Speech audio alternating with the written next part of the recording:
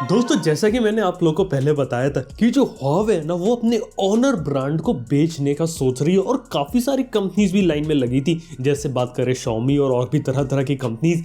लेकिन finally confirmation आ चुका और ये ऑफिशियल कंफर्मेशन है कि Huawei ने ऑनर अपने सब ब्रांड को बेच दिया है।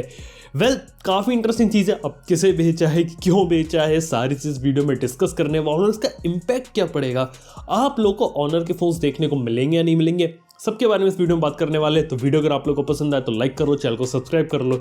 सबसे पहले बात बोलूंगा मैं Huawei ने क्यों बेचा ऑनर को। अब देखा जाए तो यूएस का और Huawei के बीच में जो ट्रेड बैन था वो लग गया था, यानी कोई भी यूएस कंपनीज Huawei के साथ कोई भी चीज़ होती है ना, डीलिंग वगैरह नहीं कर सकती थी। अब इसको मद्देनजर ये हुआ कि ऑनर के जो फोन्स थे जो कि Huawei के अंदर ही आते थे, इसलिए उन पर भी बैन लग गया और उनके साथ भी प्रॉब्लम होने लग गई। और देखा जाए तो मेजॉरिटी फोन जो Huawei सोल्ड कर रहा था वो अपने ऑनर ब्रांडिंग के अंदर ही कर रहा था। अब ऑनर के साथ उन्हें काफ़ी ज़्यादा प्रॉब्लम आने लगी और इसलिए उन्होंने सोचा कि अगर ऑनर ब्रांड को जिंदा रखना है तो किसी दूसरी कंपनी को बेच दिया जाए, और अगर हम ऑनर का पूरा का पूरा अपने आप से अलग कर देंगे तो ऑनर के ऊपर जो ट्रेड बैन जो लगा हुआ है वो एग्जिस्ट नहीं करेगा और उसके बाद ऑनर जो है वो इंडिपेंडेंट अपने तरीके से काम कर सकता है। ये काफ़ी अच्छी चीज़ उन्होंने सोची थी और इसी चीज़ को ये लोग यहाँ पे इंप्लीमेंट कर रहे हैं। यानी कि Huawei के फोन से भले आपको यूएस बेस्ड टेक्नोलॉजीज देखने को ना मिले, लेकिन अब ऑनर के अंदर देखने को मिल सकती है। अब बात करें ऑनर को किसे बेचा गया है।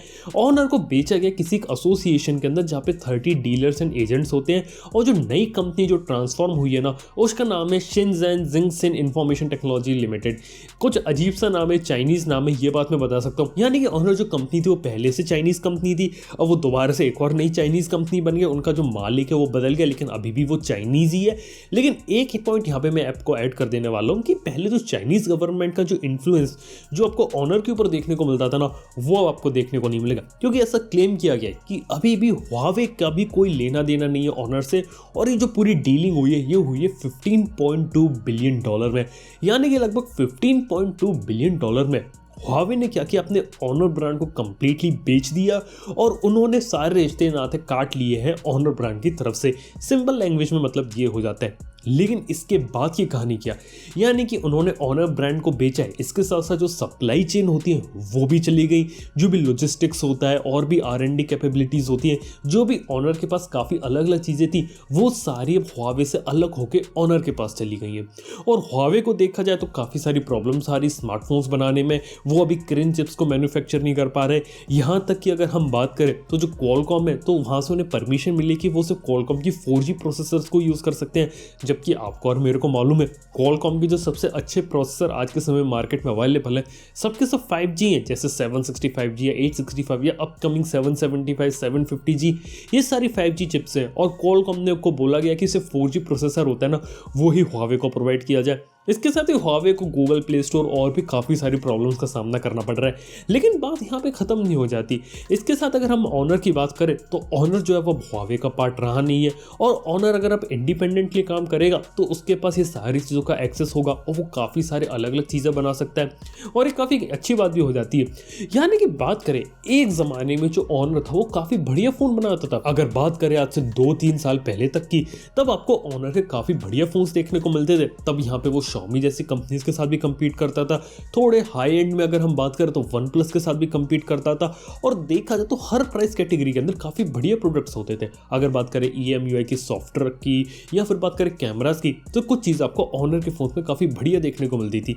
लेकिन पिछले 1-2 साल से मोस्ट प्रोबेबली जब 2019 में जब Huawei के ऊपर बैन लगा, तब आपको ऑनर की तरफ से अच्छे प्रोडक्ट्स देखने को मिल नहीं रहे थे। ये काफ़ी बड़ा इशू हो जाता है, और उसके बाद धीरे धीरे जो कहानी है वो बदलती है, और अब जाके जब ऑनर पूरी तरीके से अलग हो गया तो हो सकता है वो कंप्लीटली इंडिपेंडेंट तरीके से काम करो, दोबारा से उसकी एंट्री इंडिया में हो।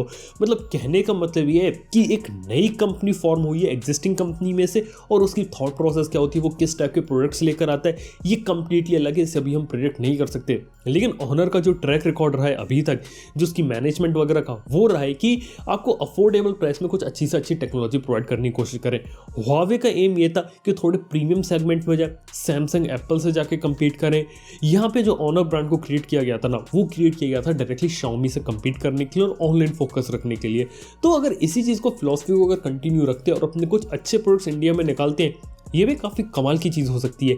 इसके साथ ही एक और इम्पॉर्टेंट चीज़ ये भी है यहाँ पे कि अब हो सकता है कि ऑनर के फ़ोन्स के अंदर आपको स्नैपड्रैगन, मीडियाटेक इन सब के चिपसेट्स भी देखने को मिले। इसके साथ ही गूगल का प्ले स्टोर भी देखने को मिले और इसी के साथ ही जो EMUI था जो कि Huawei की प्रॉपर्टी थी, लेकिन अब मेरे को लगता है कि उन्होंने खुद का UI वगैरह कुछ बनाने की ज़रूरत है। अब हो सकता है कि UI अगर वगैरह खुद का अगर बनाएंगे तो काफ़ी अच्छी चीज़ होगी और Huawei के ऊपर पूरा डिपेंडेंट नहीं रहेंगे, तो ये उनके लिए काफ़ी प्लस पॉइंट रहेगा।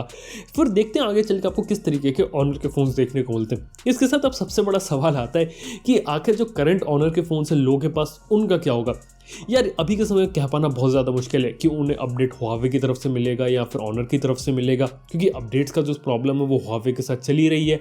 लेकिन अब लग रहा है कि आने वाले 1-2 साल के अंदर दोबारा से एंट्री होगी इंटरनेशनल मार्केट में भी, इंडियन मार्केट में भी, और तब जाके आपको काफ़ी कुछ अच्छे प्रोडक्ट्स देखने को मिले ऑनर ब्रांड के अंदर।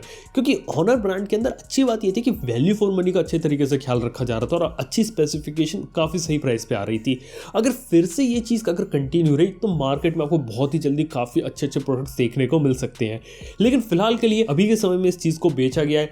आने वाले समय में देखते हैं कि इसका क्या इंपैक्ट पड़ता है, लेकिन देख के अच्छा लग रहा है कि आने वाले समय में कंपटीशन बढ़ेगा मार्केट में और एक और नई कंपनी देखने को मिलेगी। हालांकि मैं दोबारा से क्लैरिफिकेशन कर देना चाहता हूँ, ऑनर था पहले Huawei का पार्ट था। ऑनर एक चाइनीज़ कंपनी थी और चाइनीज़ गवर्नमेंट का इन्फ्लुएंस था ऑनर के ऊपर, लेकिन अब ऑनर को बेचने के बाद जो चाइनीज़ गवर्नमेंट का जो इन्फ्लुएंस है वो कम हो चुका है या फिर मैं कहूँ ख़त्म हो चुका है, और लेकिन अभी भी वो चाइनीज़ कंपनी ही है क्योंकि जो नई कंपनी फॉर्म हुई है वो। तो यार ये कुछ बातें हो जाती है ऑनर के बारे में। वैसे आप लोगों को इन्फॉर्मेशन कैसी लगी, आप लोग क्या लगता है कि ऑनर क्या क्या काम कर सकते हो, नीचे कमेंट में बताना ना भूलो। वीडियो अगर आप लोगों को पसंद आए तो लाइक कर लेना, चैनल को सब्सक्राइब कर लो। थैंक यू आपको वीडियो देखने के लिए। आप सुनते हैं नेक्स्ट वन में। Good bye.